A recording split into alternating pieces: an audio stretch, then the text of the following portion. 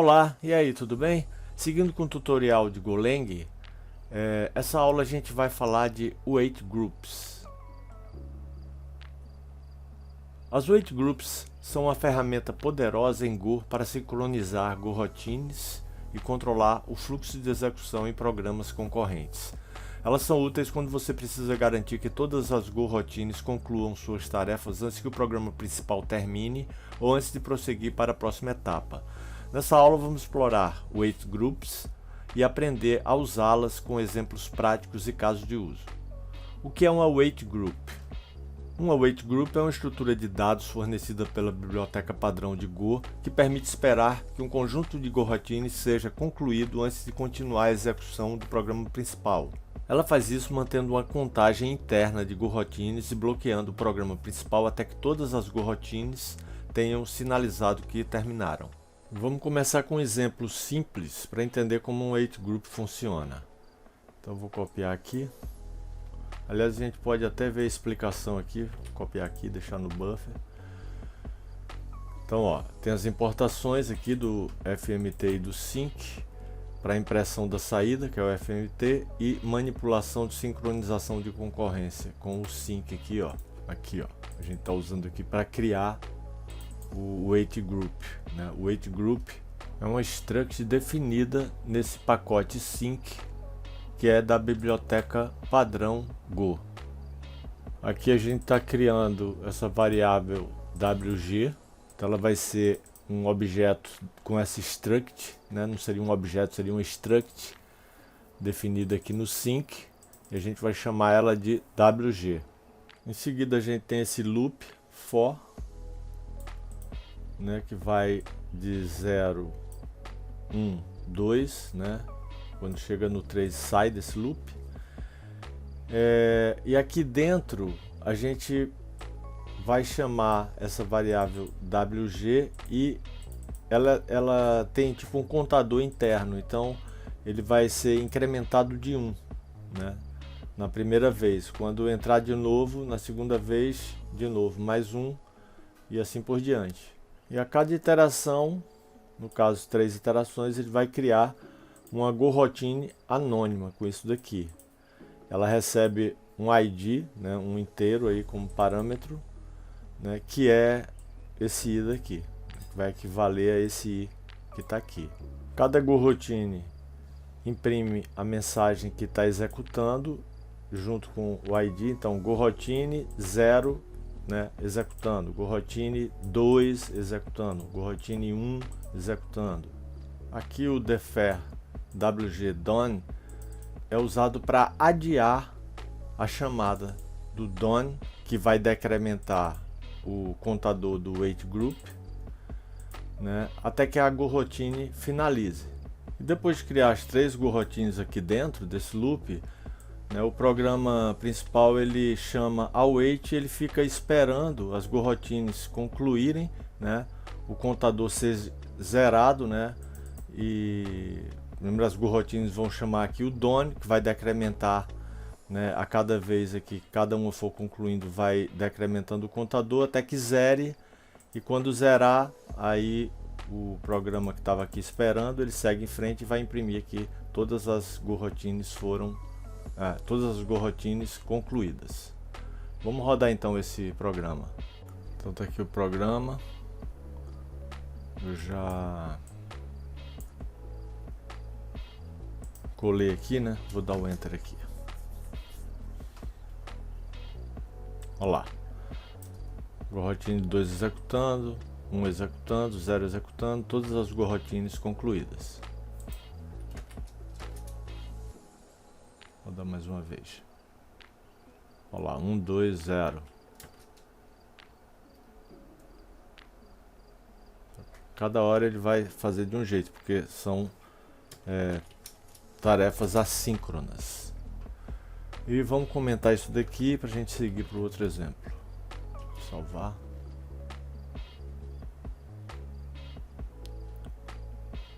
Exemplo 2 é esse daqui.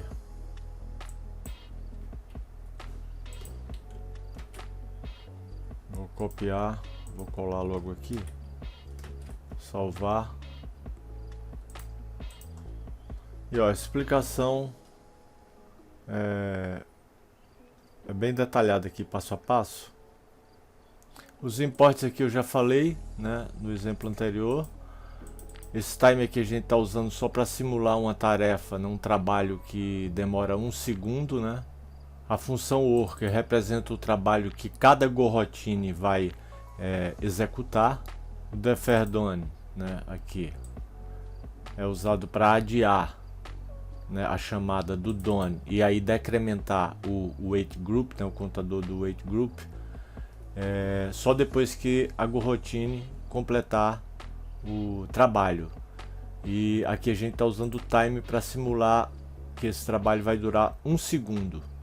Então aqui logo quando é chamada a worker, ele imprime o worker com aquele ID passado para ele, né, iniciado, aí vai demorar 1 segundo e aí vai imprimir o worker com aquele ID definido aqui, que ele recebe aqui como parâmetro, concluído. Então a gente viu a WG, que é o wait group, a gente está criando para coordenar a sincronização das goroutines. O numWorkers vai definir o número de goroutines que a gente vai criar, no caso 5, né? E aqui dentro que a gente está criando de fato essas 5 goroutines, né? Chamando a função worker, né, de forma assíncrona, e a cada chamada vai ser uma goroutine diferente, e a cada goroutine criada a gente está adicionando 1 no wait group. E aí quando o trabalho vai sendo executado aqui, que ele acaba, né, ele chama a done, o def é para adiar até que a goroutine finalize o trabalho, ele chama a done, que vai decrementar o contador do wait group, né? E esse ID aqui, ó, que a worker recebe, ele vem do i aqui do loop, que vai de 1 a 5, que a gente definiu aqui no numWorkers. Aí o programa ele fica esperando com esse wait aqui do workgroups até que todas as 5 goroutines concluam seus trabalhos, e aí imprime, ele segue em frente e imprime aqui todas as tarefas concluídas. Eu acho que eu já tinha copiado, vou copiar de novo. Já até colei aqui. Então vamos rodar.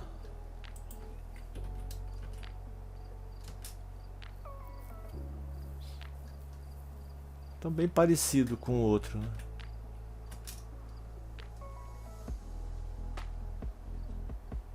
A diferença é que no outro exemplo a gente só tinha a função main, né?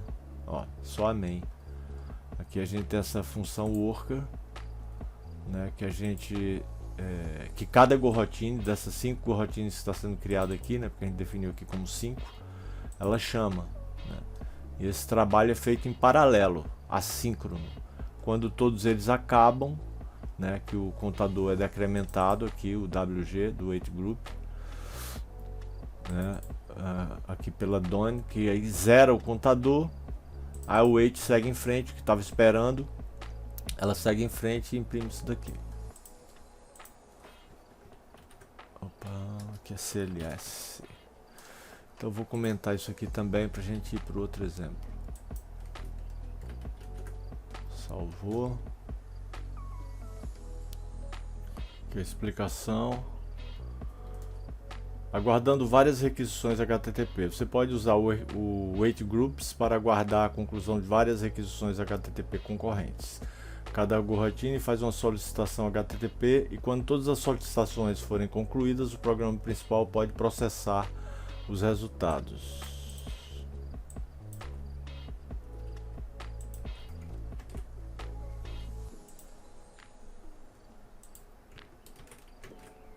Salvar.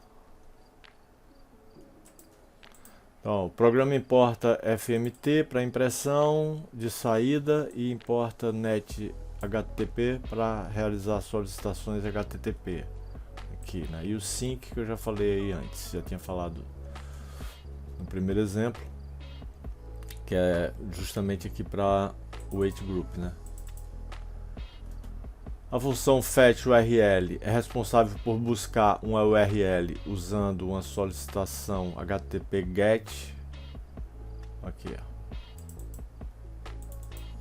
Ela recebe o weight group, um ponteiro para esse WG aqui, e uma URL em formato de string, né? Então o deferdone a gente já sabe para que serve, né? Ele adia até que a goroutine seja concluída e aí decrementa o contador do weight group em 1. O HTTP GET URL faz uma solicitação HTTP GET à URL fornecida. Aqui, ó. A URL está chegando aqui como parâmetro. Se houver um erro, vai chegar algo aqui no erro, se não, vai chegar algo aqui no RESP. Se chegou alguma coisa no erro, o erro é diferente de new, ele vai entrar aqui e vai imprimir. Erro ao buscar a URL tal, né? O erro ele passa aqui para esse cara. Isso aqui é só para pular a linha e dar um return. Isso aqui é para garantir que o corpo da resposta HTTP seja fechado, né, após o uso. E aqui ele vai imprimir o URL S, retornou com status e vai imprimir qual foi o status. Aqui é a criação do weight groups, né, da variável WG, que é do tipo weight group, dessa struct weight group definida no sync. Aqui a gente tem as URLs, é uma lista, né, é um slice com 3 URLs em formato de string, por isso tem as aspas duplas. Aqui a gente tem o for no range dessa lista, ou seja, no range de 3.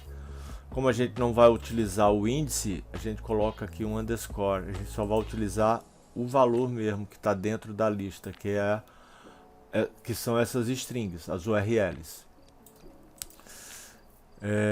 Aí a gente incrementa aqui o weight group com 1, né? E chama o fetch URL passando uma string, né? Primeiro aqui na primeira iteração essa primeira string, na segunda nessa, e cada uma delas vai cair vai ser passada para uma goroutine diferente, porque dentro desse loop a gente está criando aqui, ó, go. E aí a gente chama essa função numa goroutine diferente a cada chamada, passando uma URL dessa aqui para cada uma dessas goroutines e um ponteiro para o weight groups que vai cair aqui, né? E aí ele faz esse processamento aqui com esse deferdone, ele fica esperando a goroutine finalizar para ele decrementar o contador aqui do weight group. E aí o programa que ficou esperando aqui ser zerado aqui as tarefas de todas as goroutines, né? Porque o Done ele vai concluir uma, ele tira um lá do contador, concluir a outra, tira. Quando zerar, aí ele vai, o programa estava esperando aqui nesse wait, como ele zerou, ele segue em frente e aí vai imprimir aqui todas as requisições HTTP concluídas. E aí a gente pode rodar então e ver a saída. Vamos lá. Olha lá. Aqui o status, ó, 200, 200, 200, ou seja, deu tudo certo. Conseguiu acessar aqui a URL do GitHub, do Google e do example.com, né, todas as requisições HTTP concluídas. E aqui o último exemplo, processamento de dados em lote. Você pode usar o weight groups ao processar dados em lote, onde várias goroutines processam partes diferentes dos dados. O programa principal pode aguardar até que todas as partes dos dados tenham sido processadas antes de prosseguir.